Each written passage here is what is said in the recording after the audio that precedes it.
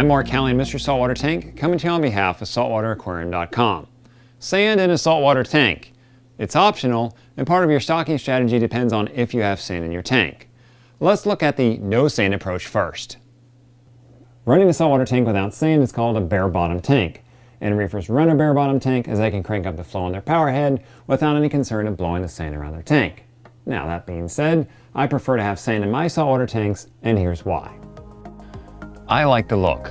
Whenever I go to the beach, I see sand. I've also seen plenty of sand around reefs on my dives and snorkels all around the world. To me, sand is more natural looking than a bare bottom tank. I like fish that thrive when they have access to sand. Leopard wrasses seek shelter in the sand when they are scared and when they sleep. No sand, no leopard wrasses. Pink spot gobies like to sift sand, and that's a lot of fun to watch them work the sand bed in your tank. Pro tip: if you want to put sand in your saltwater tank, the trick is to get a large enough grain size of sand that it's not prone to blowing around your tank. However, you don't want to get too large of a grain size because then it can trap small particles underneath it. Small particles can include things like fish and coral food. When those things break down, they can cause water quality issues for your tank, which means headaches for you. Therefore, a grain size of 1.0 to 2.0 millimeters is big enough to stay put in stronger flow, yet small enough not to trap particles. On the Mega Matrix 120, I'm using the Reef Flowers Pearl White Sand. Yes, I'm putting on the sand before the rock. Why? To provide a layer of cushion between the rock and the bottom of the tank, and to provide extra support to the rock work. Imagine being at the beach with a beach umbrella. Would you just stick your beach umbrella into the sand, or would you work it deep down into the sand? If you wanted that beach umbrella to stay put, you would work it deep down into the sand.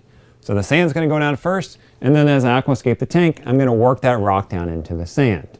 No, I'm not concerned about fish burrowing up underneath the rock, because my aquascaping is secure even without the sand. The sand is there to provide an extra layer of support.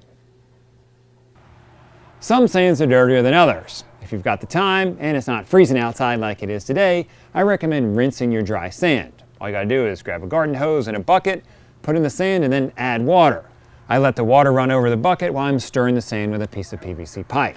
Now, the water doesn't have to run perfectly clear. As long as the water is significantly clearer than it was when you first started rinsing the sand, you're good to go.